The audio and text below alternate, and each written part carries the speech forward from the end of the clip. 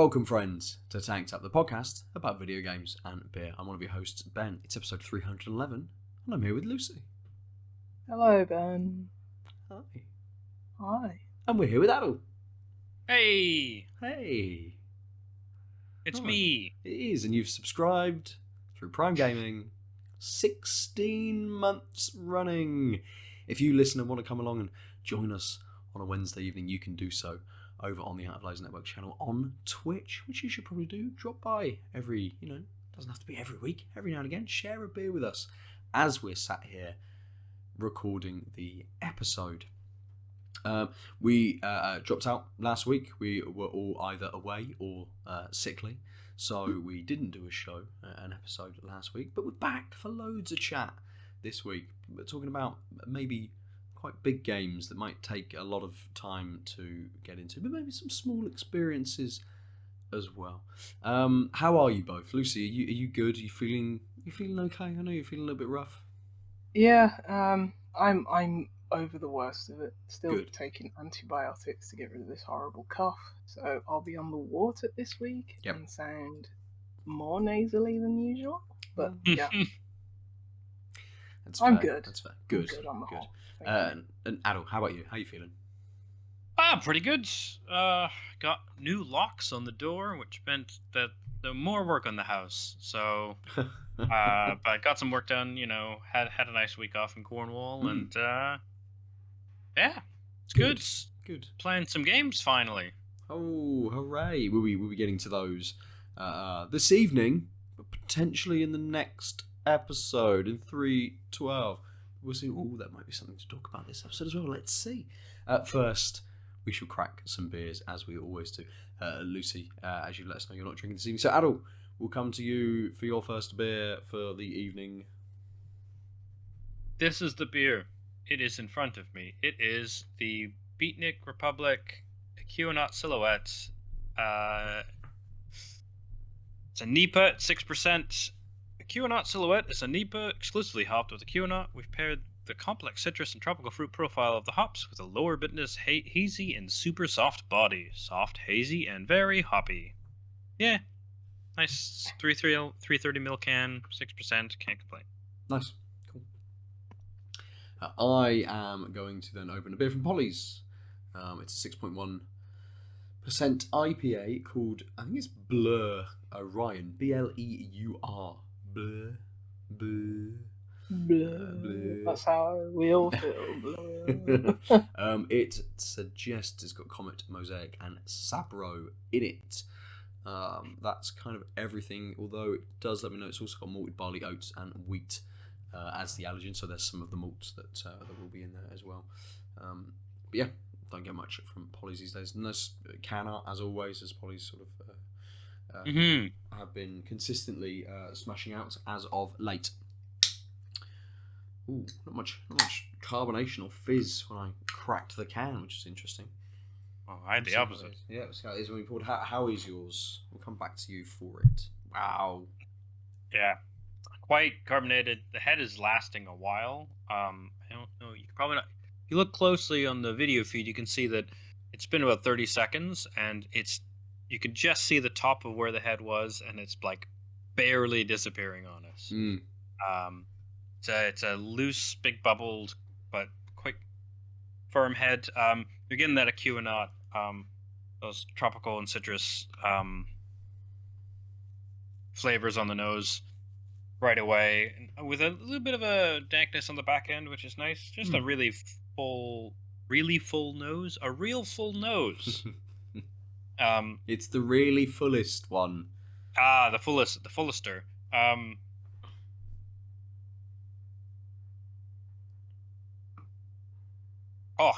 It's been a while since I've Ekuanot, and frankly, they call it the Silhouette, and I think it's a good name for it because it's really displaying the hop quite nicely. Sometimes you get these beers with like a hop name in the title, and they might be the only hop, but they don't really do that much. And here you're getting like this very hoppy, lovely tropical citrus. Like I said, slightly dank. Yeah.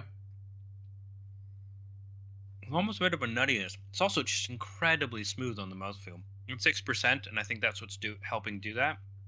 None of the sweetness from 6%, all of the sort of luxurious mouthfeel that you want out of or you get out of a higher ABV beer.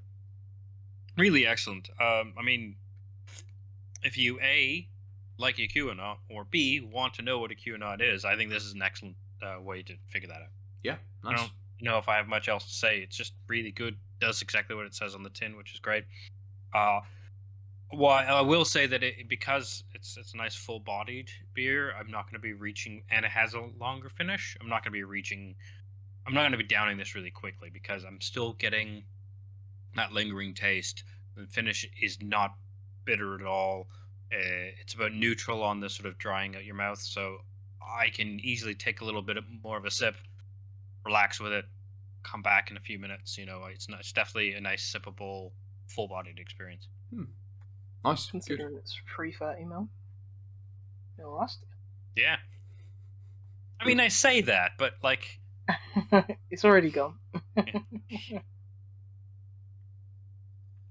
Ooh, Ben's beer. Fucking I'm tucking like in. Ollie's beer. Yeah, I've started to feel a little bit of a cold as well. You'll hear it in my voice. Yeah. But I am a little bit bunged up too, so I'm not going to give many notes on the taste or the smell of this week because I'm probably not getting the full effect of the beers at the moment. But it looks lovely, as Polly's beers kind of always do. They're that edge on that sort of slightly lighter straw colour, whilst being a thick old just block. But what I can get from the nose, it's very light. There's a little light amount of sort of fruits in there. Maybe some sort of, again, hard to pick out. It's a slightly sweeter tropical fruit, which in the flavour is there, but there's loads of other stuff going on that potentially I'm not quite picking up on the nose.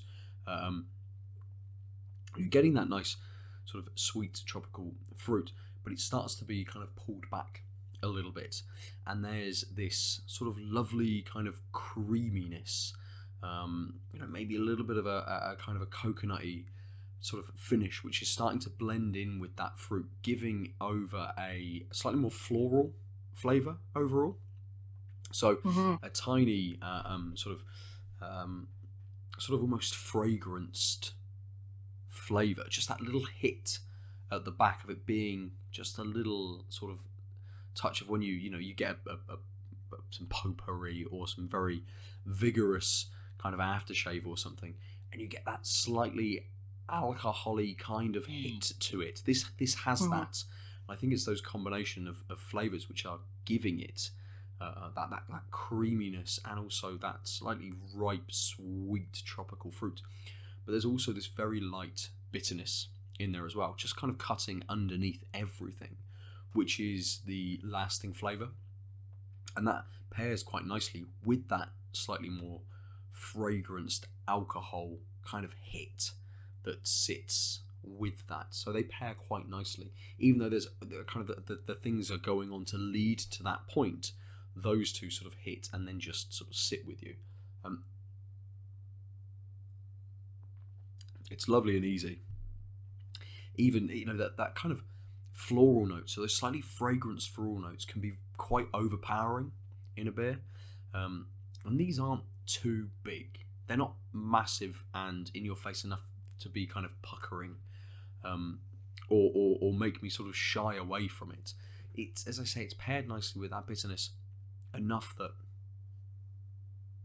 it's just quite easy to drink, and you sort of expect a bit of a kind of a bitter, bigger sort of hit to come because you're already experiencing that from those flow of flavours. So, as with most of Polly's beers, very, very well made, flows very nicely through what I'm getting from it, at least today. So yeah, that is Bleur Orion. Who knows why it's called that? Not a clue. They probably don't either, to be fair. It's just words. I think these brewers just put, random, just pick a random letter generator. Yeah, exactly. Word generator. Yep, definitely.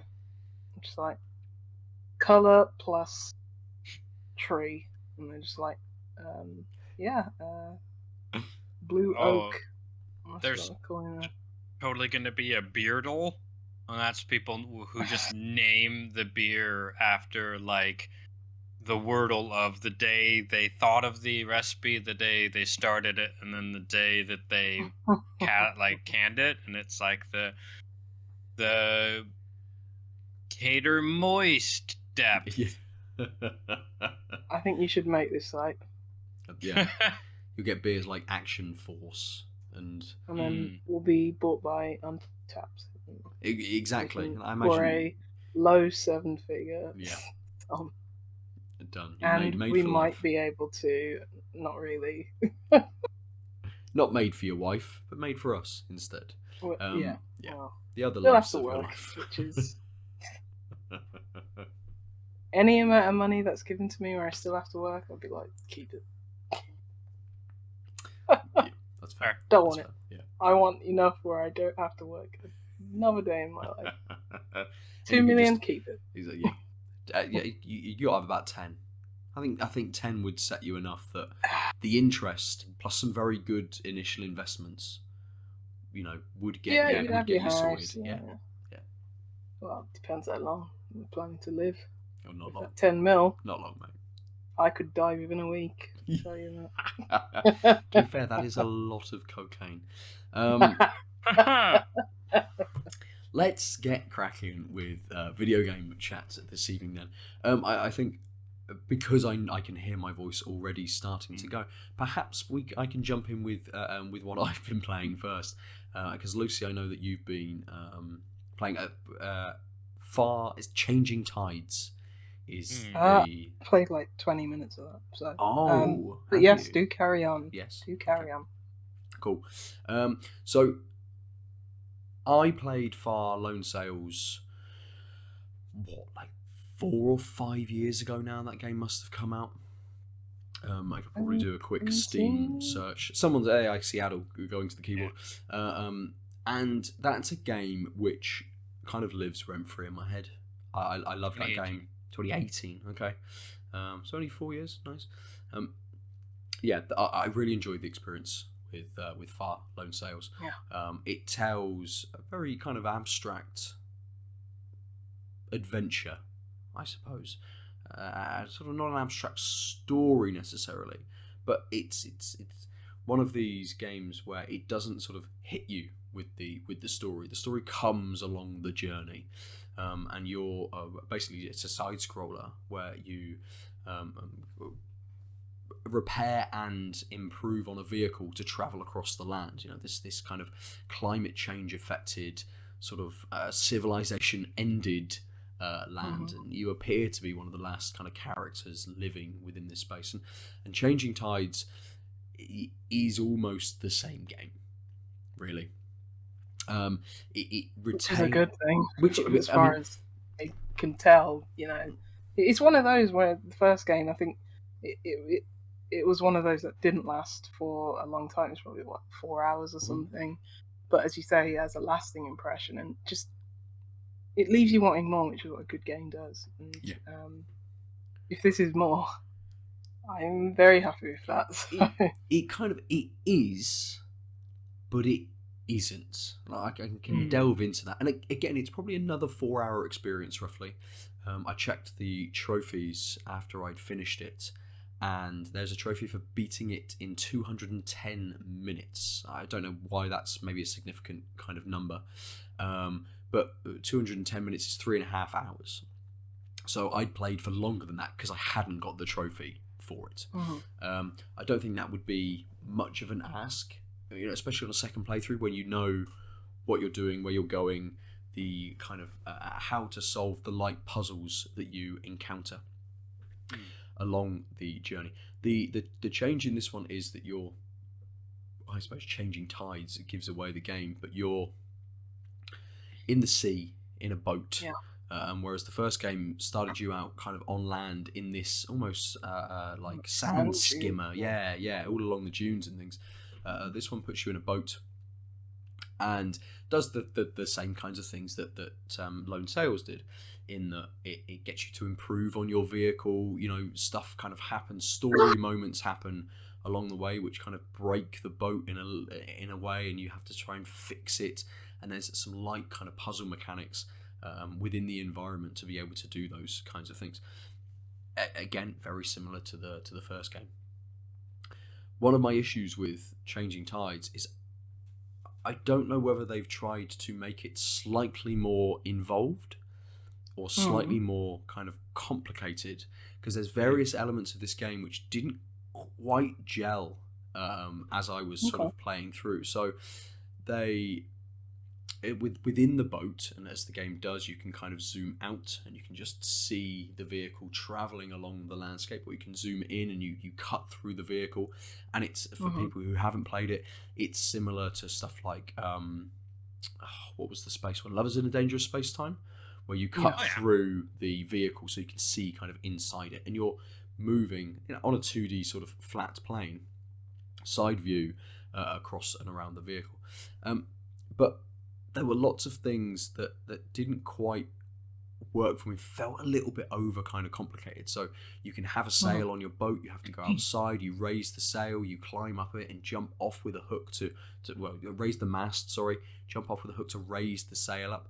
You've then got an engine inside, and you have to, it's not just a case of like jump down and you're on the engine, you've got to move through the space to get to the engine, put some fuel in, and all of that's kind of fine. But the optimization of the vehicle felt a little bit awkward, and various spaces within that vehicle felt almost redundant.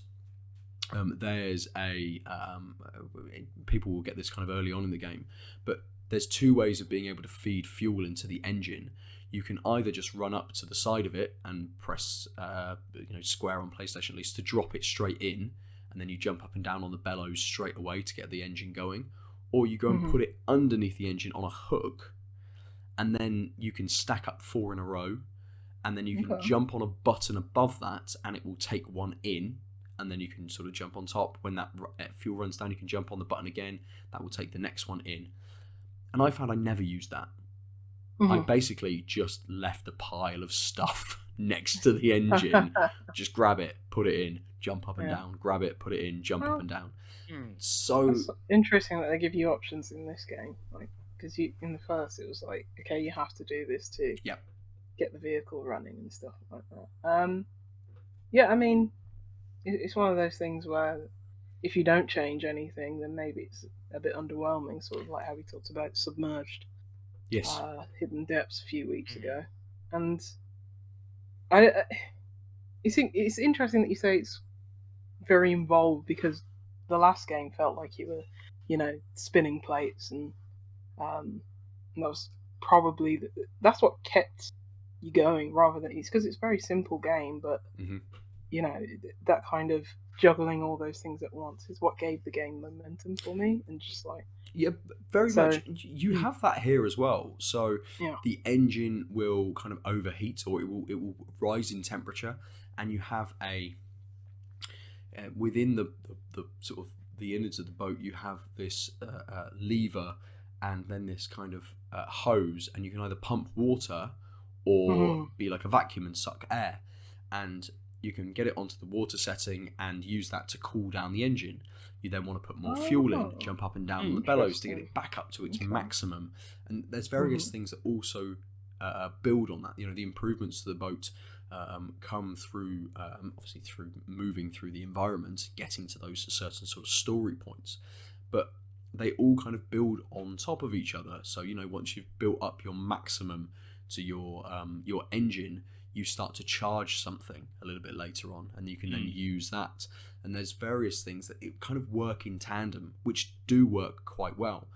But again, there's these few little kind of redundancies around some of these things, which because I guess in the first game everything felt important and interconnected. So some throwaway mechanics probably don't. Yeah, and it's not in this. Yeah, it's not maybe throwaway mechanics, just more kind of they've potentially thought we need to give a few more options. Some players might want to optimize this in different ways, And it could just be that I didn't use that because I just felt more comfortable. I don't care where the stuff was piled up in the boat. I just chucked it in.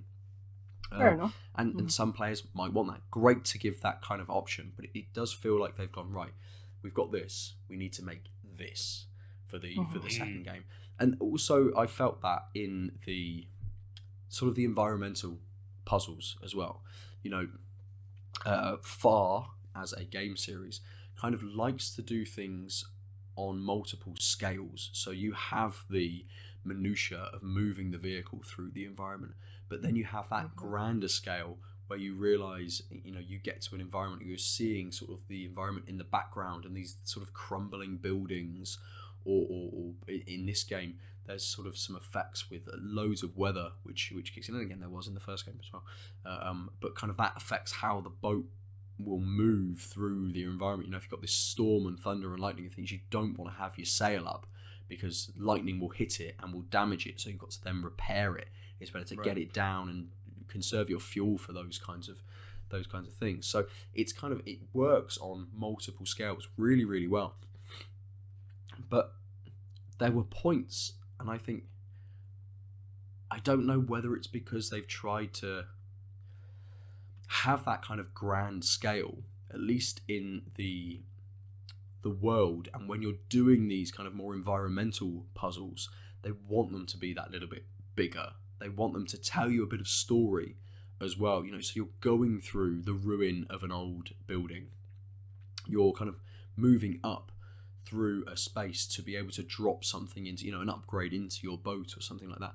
And there were a couple of points which stumped me for, you know, maybe 5 minutes. I butted up against something which basically stopped the boat and wouldn't move. And I'm like, right, cool, you can get out and swim. So I swam under the boat that was blocking my path. There's nothing kind of on there. I jumped onto the boat, there was nothing there blocking my path. I'm like, cool, fine. I burnt all through all of my fuel to get the engine going and going and going. Does it just need to, am I going to get it so it starts to push the more the engine's going? No, that didn't work. And it was actually that I needed to raise my mast and climb up it, because then there was a ladder leading me up. Okay. And the only way the kind of the game signified that to me, and maybe it should have been enough, but I had the boat, the item that was blocking me, and then the structure that sat just behind the boat extended up past the top of the camera. And it tries to do some of that kind of signposting with the world and with the environment. You know, you will see kind of the path that you sort of need to take, because it is funneling you that little bit. But some of those are a little bit more oblique.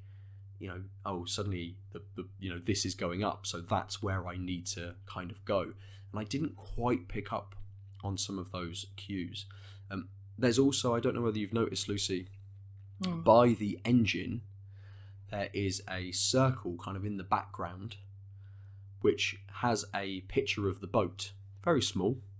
No, I literally haven't even got to the point where I've seen the cross section of the inside of the boat. Yep. Carry on. So that on the back also pings out a little radar, and it will present a few little blue dots, kind of with relation. So if the boat's here, a blue dot pings there.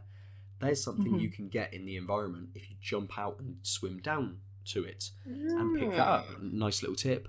I realised that about 20 minutes before the end of the game.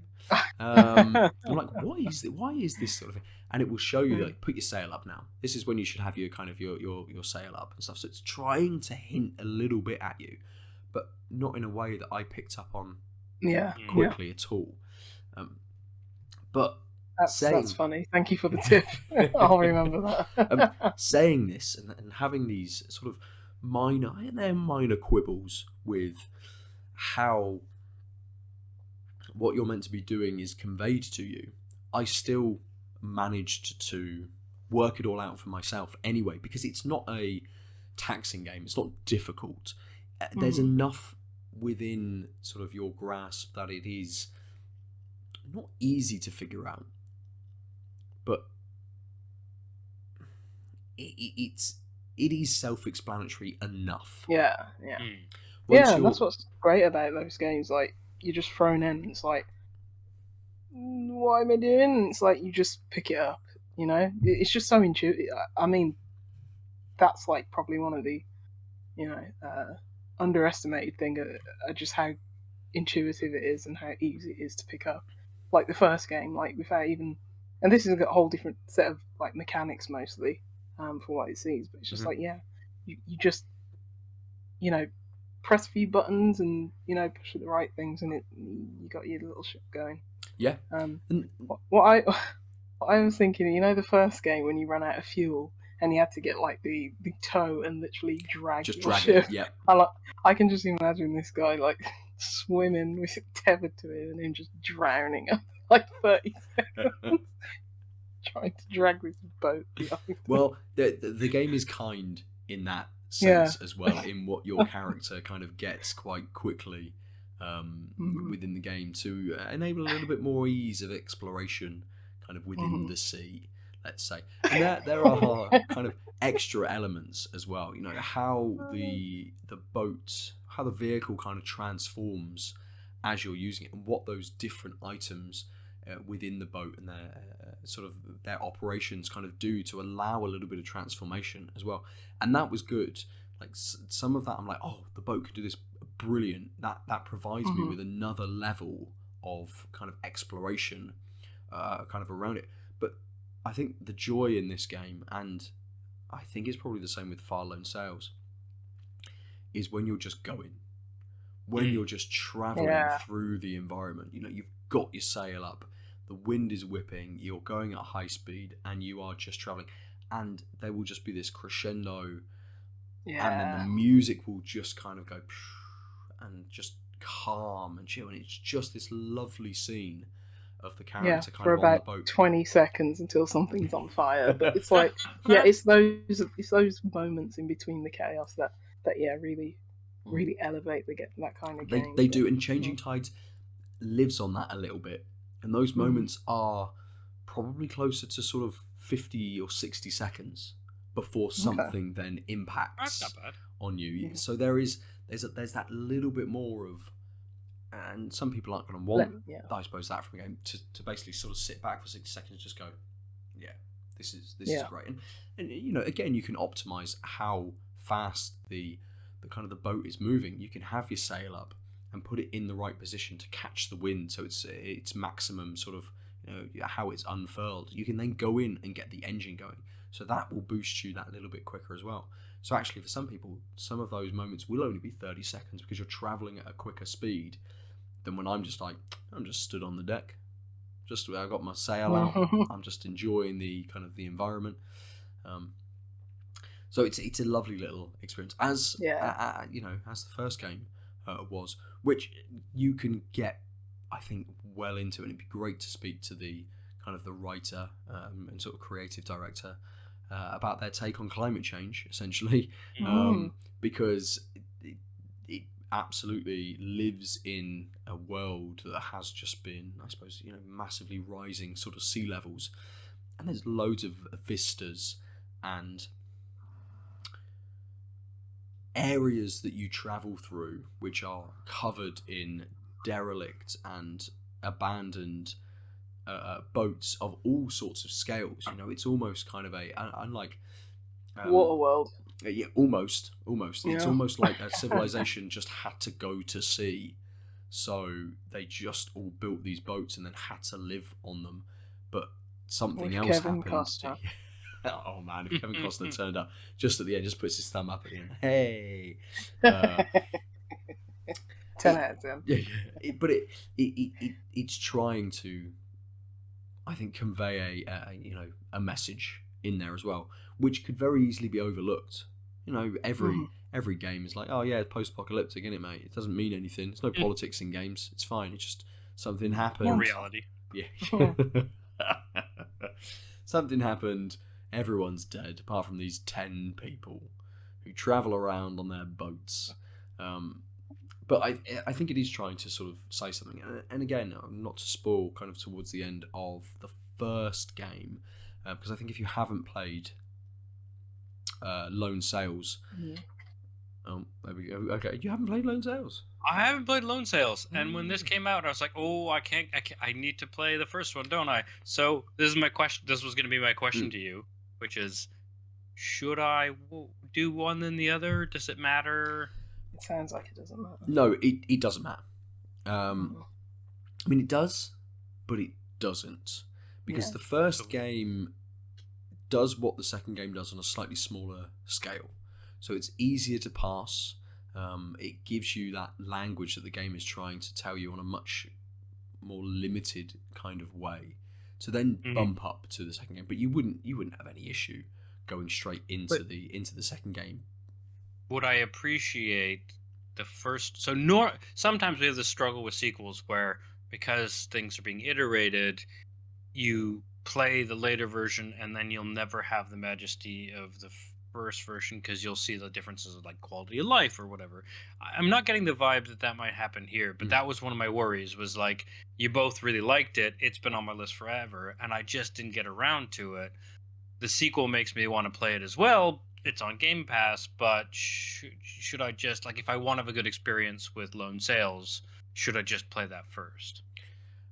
I think you could probably play it in either order. Realistically, I think you could play the Game Pass one now, and then if you really like it that much, like, go back to Lone Sails a couple of years later, because if it's in your library, it's not going anywhere. So yeah, I have it on my good old games library for whatever reason. Yeah. So you've got it sort of on Steam already.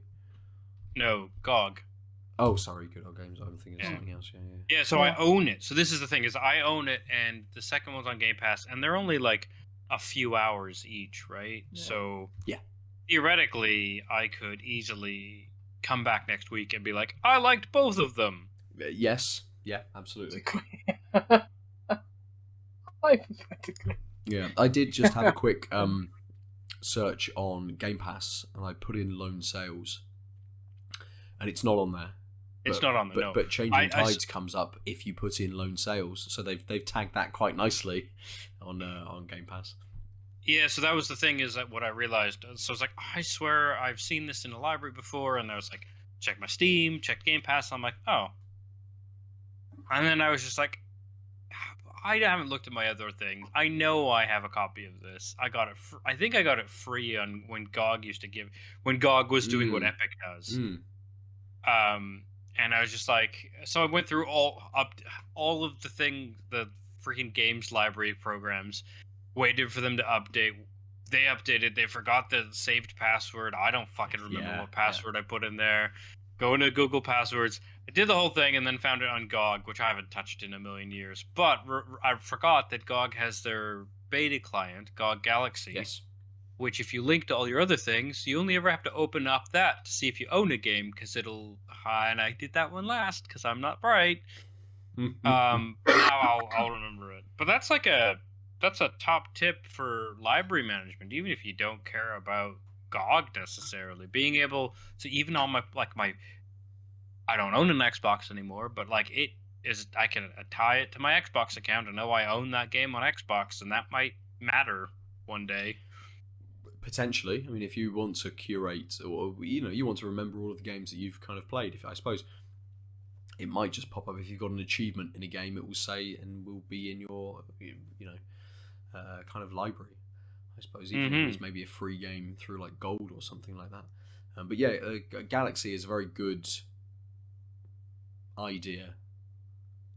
Whether the implementation, yes, and mindshare has been enough for them, because yes, as you've said, if you want to know whether you got a game, just go to GOG and it will easily, or go to Galaxy and it will easily kind of come up if you've linked all of your other accounts. I'm super curious what information gathering they're, because there must be some data mining opportunities that they are using right now as well, right? Who knows? They're taking us towards the cyberpunk future, so it's probably all integrated in your brain already. No, apparently that game works now. Yeah. Is it good though? That is the question. Who knows? Who knows? Aadil, when was the last time you played Cyberpunk? Years ago. I was just say, I think maybe it came out in like November or December, and I played it. I played like 60, 70 hours of that game, maybe more, until a broken quest line and a few other bugs. So it was just like, and the fact that it felt very samey and kind of thin, and then I haven't touched it since. And I don't even care if they update it because my problems were kind of deep core mechanics. Yes, yeah. Which is, I suppose, more than a year ago. Is that a 2020 game? It came out... End of 2020, roughly? Wait, was it a pandemic game? Pass. It doesn't matter. It was end of 2020, Yeah. Cool. Yeah, it was one of the reasons why it was delayed. Yeah, sorry, it took me a second. Let's move on then from Far Changing Tides is the title of the second game in that series, which I think is a big thumbs up from me. Realistically, it's a lovely how long did experience. it take you? About, I would say, between 3.5 and 4 hours. As I said, I didn't get the trophy for running it quicker than 210 minutes, but I wouldn't imagine I'm that far off that. As we say, I think the first game was about 4 hours. I think this is probably 4 hours as well. I could look on Steam, but I played it on PlayStation, which doesn't tell me how long I've been playing it for. So, wait, did you buy it? no, I got a review code. Oh, okay. I was like, thank you to the why would PR you for the choose- review code. I was just like, why would you choose PlayStation when it's a Game Pass game on PC, which you have? Well, I suppose as a final point, it is, but the reason I asked for it on PlayStation is because it's an easy game for me to play when Evelyn's around. So if she's busy and she's happy just playing, there's like zero violence. There's no dialogue, so there's like no swearing. It's just lovely swelling and kind of breaking music, big vistas, loads of landscapes, kind of easy puzzles.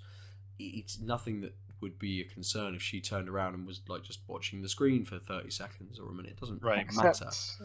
Except when the guy gets out and tries to swim and It's just dry.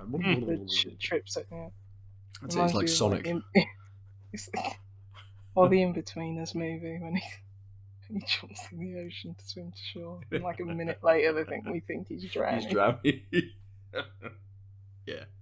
I haven't thought about the In-Betweeners in donkey's years. I don't think many people show was have, great. probably. I think about it all the time. Yeah. It's a great show.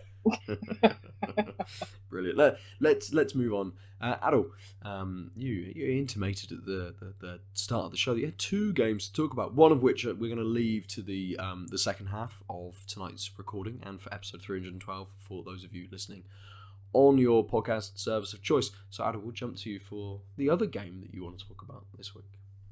Yes. I didn't really talk much about it because I'd only played a bit on So, if we recall, a couple weeks ago, I played 2 first looks, and we talked a bunch about Martha's Dead, and we didn't talk about Atelier Sophie 2. Oh, yes. The Dream of the Alchemist. Oh, what is that? It's an anime game? It is a very anime game. The Hold on, let me get... The Alchemist of the Mysterious Dream. I was very close with my nonsense. That is close. And I played it on stream. I think, Ben, you popped in for a bit. For a while now, I've been talking about RPGs and wanting to scratch the itch, and that game did. I've played 15 hours of that game. I got maybe more. I just kept playing it after the stream because it was kind of mindless. The combat was all right, but it ain't hard. Like I'm, and the plot is okay.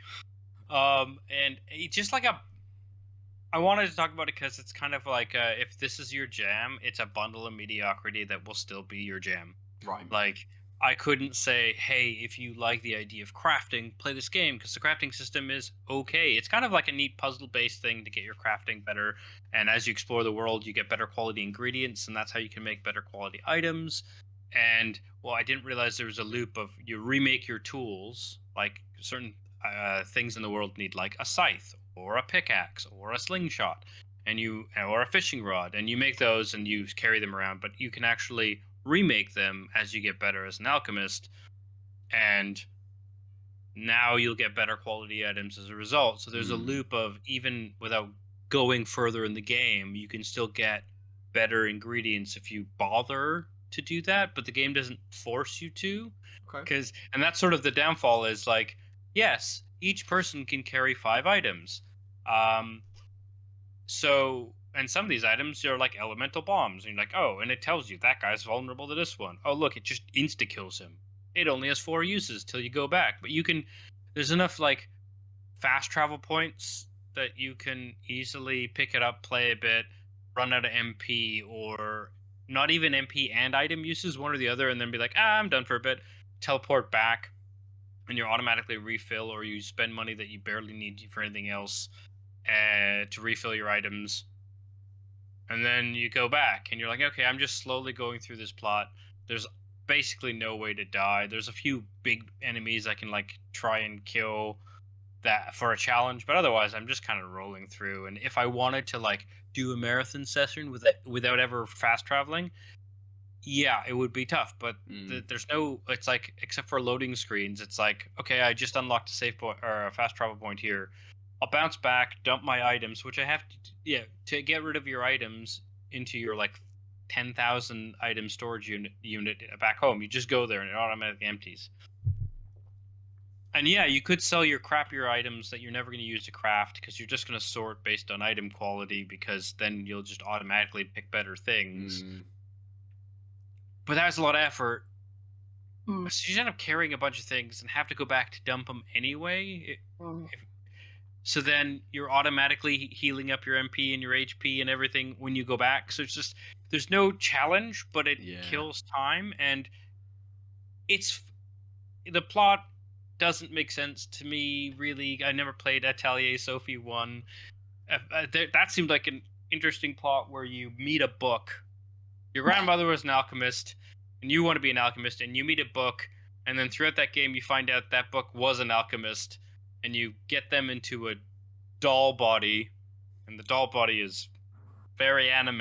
We'll leave it at that. In this game, it's like, I wish I could get a human body for my doll body friend. Oh no, a portal happened in front of a random tree, and now my friend's gone. I'm meeting more people, and I've met my friend, but they don't remember who they are because they're from centuries in the past. And then you just have amnesia. Yeah, exactly. Like, it's just so anime JRPG bullshit. And for a while there, that was enough until I found other games. And like, till you saw the lights. Well, no, I wanted to talk about it because sometimes there's a type of game you like, and there's nothing. Yeah. Like, I don't want to replay FF7 again. Oh, that's what I used to do in the past. Sometimes you want something novel but not challenging, and it's like this confluence of, I don't have a lot of time for games. I miss RPGs. I just want to kill time. If this wasn't on the Switch, I would never play. Like, if we got a PC review code, nah. The fact is, my Switch I could put on the table, and then like, oh, I can't sleep. Well, I'll just play half an hour of this game, and it's actually half an hour of this game. But it's fine. Like, it's not expensive. It does all that stuff you want. If you want to optimize min-max your gear or your alchemy, it's a puzzle game basically. The alchemy is like, you have to make something, here are the ingredients, and then here are the things you need, and you have various things that satisfy them. So it'll be like animal bits, and you're like, here's a piece of sheep and a piece of bat. The piece of sheep has some. When you make something, there's like a 5x5 grid, and on the grid there are certain icons which will be elemental, and as you grab things from your pile of things that satisfy the thing. So like, I need an ingot and some fabric and 2 pieces of animal guts. But these will have, each thing I've picked up in the world will have 1 to 4 sets of bricks.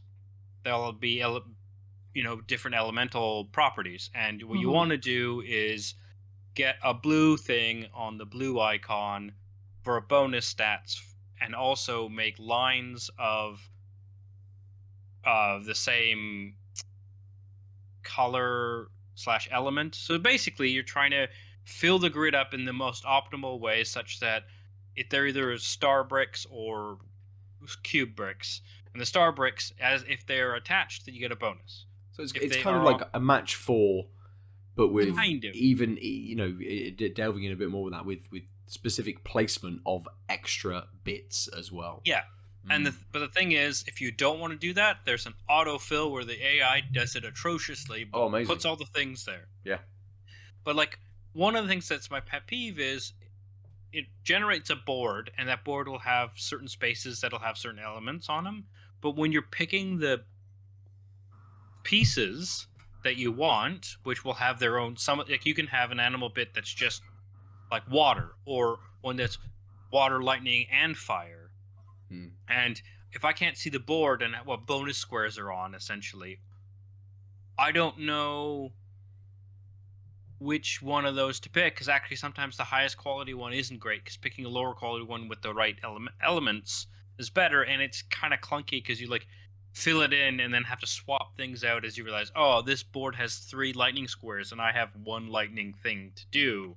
It'd be way better if I just loaded up with lightning to make sure I hit those bonus squares and link the star bricks and fill as much as possible. Yeah. But it gets a higher quality item, but the problem is in combat, I haven't needed to upgrade the first bomb I ever used. Also, I sometimes forget to use the bombs because the combat's kind of fun because you have people in the back line and the front line, and when you grow tactical points basically based on winning fights or criticaling, and then you can, instead of using a move, you can swap someone from the back line to the front line, and they'll both get 15 MP off discount of a move, which basically means their basic move is free. So then both of them do a basic move on someone, and now they've swapped spots. But I haven't had to grind, and I constantly in the position where I can do that I hate using MP now. I feel like it's a waste, because if I just use physical damage a couple of times, I'll grow at TP, and then I'll get these spells for free, and those spells are strong enough that I rarely need to use the other ones unless there's not a vulnerability. Okay. So there's all these systems that you could totally RPG, but actually I think the game kind of could play itself. And as That's soon as what I hate realize about games, though. They put in all these systems and they don't use them to full effect, or they're too convoluted, or they just don't matter at the end of the day. It's why I hated The Witcher. Why I think it's a terrible RPG. It's like all of that crap in there, and you just slash your sword and roll away. And that's once I realized that, playing that game wrong. No, I wasn't. Yes, you're right. I was playing it wrong because I was playing it at all. I should have just watched the cutscenes on YouTube. That's all it's good for. A nice fairy tale Slavic story. That's all I care about in that game. So I just wanted to. The game I'm playing now really retroactively makes me hate The Witcher. Oh wow! Okay. Just saying. I mean, we're gonna talk about that probably next episode, I assume. Yeah. So I just wanted to say that sometimes a game scratches an itch, but the worst part of it was like I like the stupid combat math of JRPGs, and this one's too simple. So I don't think I'll go back to it, even though I've put this many hours in. And I think I'm on like chapter 3 of 4. Right. Like I'm pretty far in the game. I looked it up, and it's like not that long of a game compared to what it could be. But I don't care about the plot, and I own it's a game that Lucy has alluded to that it seems way more fun and challenging and interesting. And the only thing I wish the fact that game runs on the Steam Deck and my Steam Deck is now delayed by another X months makes me sad. But like it's not a game you can switch your brain off for, though. Yeah, so it scratches a different itch, but I feel like it came along right when I was like, the reason why I kind of impulse bought it was this game has so many mechanics, but they don't really matter, and this is just a pass the time game that isn't really entertaining me. Shoot. Good thing I got this as a review code. I mean, I never would have played this game otherwise. I wouldn't. It's not my jam in the way it's. Oh, it is your jam. Well, I mean, JRPGs are, but like this, Yeah, it does exactly what I would have suspected, which is that it's a light, fluffy, kind of fan servicey at weird points in time that I'm not comfortable with. Like, there are outfits. How naked are the anime girls? Is this why you're in your bed on your Switch at night? And, you know, Yeah. Anyway, we all like to get a bit weird sometimes. It's okay. No shame in it. It sounds like shame. It sounds exactly like shame. Anyway, I've lost track of what my argument was. Basically, I'm sorry. No, it's fine. Game okay. Yeah. Mm-hmm. Yeah.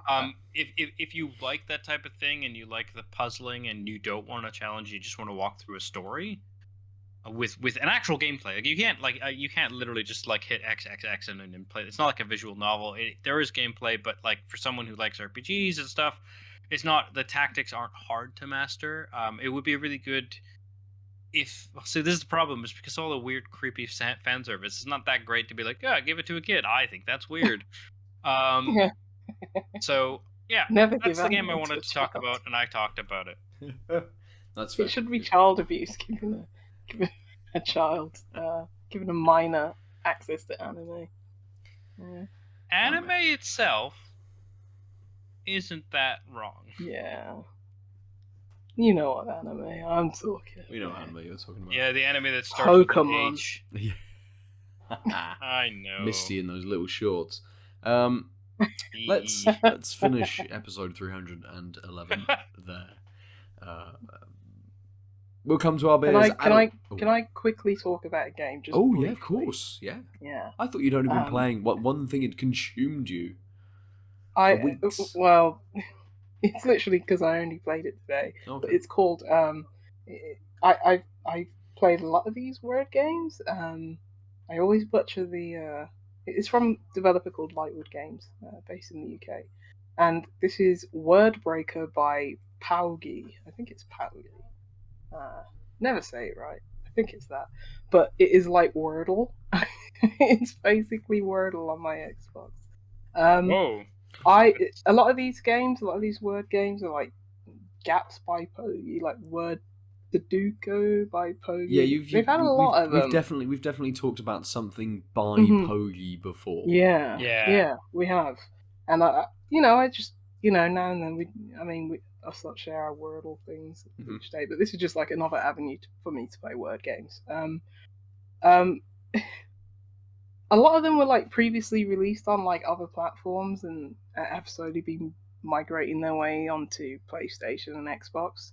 Wordbreaker only released on Xbox today. It was out on PlayStation yesterday, and I was looking at the press release and it's like, has this been released before? Is this an old game that just porting over to the consoles? It's like, it seems like it isn't, and it's a new game from them, and they are definitely riding that Wordle train. Yeah. I mean, developer, he's even in his email, he's saying anyone who's familiar with Wordle, you'll know this, but it's basically Wordle, except that the words, your guesses and your previous guesses are filling at the bottom of the screen rather than the top of the screen. That's basically it. Innovation. Who says that was dead? Yeah, but you know what? It's more word game. Is it strict on being 5 letters every time, or does it innovate in that kind of way? Is it 6 letters occasionally?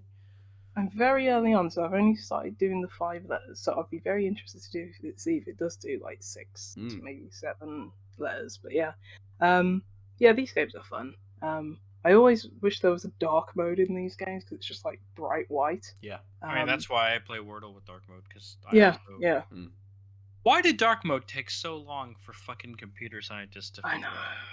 It's so much better. But yeah, that's Wordbreaker by POWGI. I think it's funny that, this may be, the Wordle. Yeah, it's not a clone. But it's like they're catching that way. And it's like, why not? Right. So, but yeah, that's how POWGI got to do what POWGI got to do. You know what I mean? Yeah, get that low 6-figure sum from somebody somewhere. Yeah, low 7-figure sum. I mean, Xbox could give them a low 10-figure sum. It wouldn't matter. Doesn't matter to Xbox, does it? No. They've got fucking loads of money. That's what Bill Gates finds down his sofa. Let's talk about beers then to finish us. Aadil, you've almost just finished. Yeah, I was going to say the prediction was correct. It's beer. It tastes good. By the end of the 330, the bit of that dankness. So some of the tropicalness has retreated, some of the dankness has gone forward. But other than that, it's still like Ekuanot. It's doing its thing. It's lovely. I think it's great. Again, if you are a fan of the hop or want to learn about the hop, I think it's a really good beer to seek out. If you just like a nice quality, full-bodied NEIPA, it's doing one thing but doing that thing really well. Again, single hop, great. And true to form, 330 lasted me the hour, and I didn't even talk the whole hour. So yeah. Wow. Perfect. This Polly's in a 440. Mhm. I mean, I drank it finished about 10 minutes ago.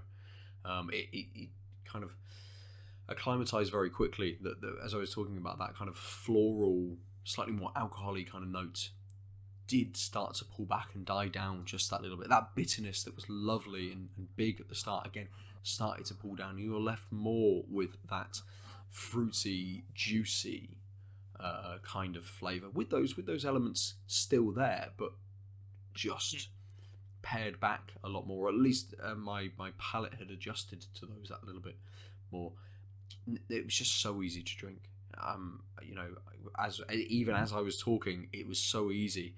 As Lucy goes, this is what I thought about the thing. 30 seconds to break in between me talking about changing tires. I'm like, yeah, I will chug a little bit of this kind of in between it, because it's so easy and it invites me back to drink it. Polly's makes some excellent beers, and they churn them out as well. So you will usually find, if your bottle shop stocks Polly's, you will usually find a new beer from them kind of probably every time you go in.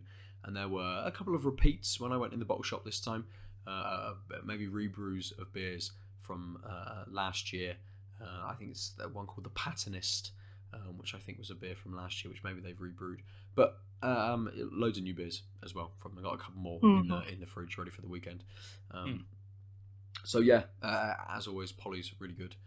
You can't go wrong almost with any of their beers. Really. No, you can't. You cannot. And very good prices. Yes.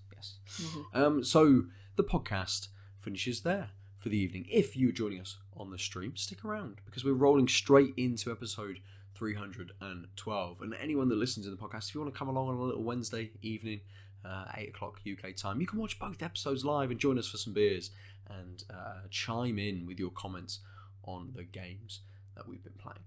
You can get us all at Tanked Up Cast on the socials. I'm at Nova_47. Lucy is Juicy Loose 9. And Aadil is at the Omniarch. And you should all go to outoflives.net to look at various other contributors' thoughts and occasionally things from us too in more written forms, or go there to see the video version of this, or even just to listen to the audio on the website if you don't have us on your podcast service of choice. I think that's pretty much everything, isn't it? YouTube people, YouTube, like, yes. subscribe. Yes, that's too many things. For this week, for this episode, not this week, this episode, we've been tanked up. Goodbye. Bye. Ciao. www.outoflives.net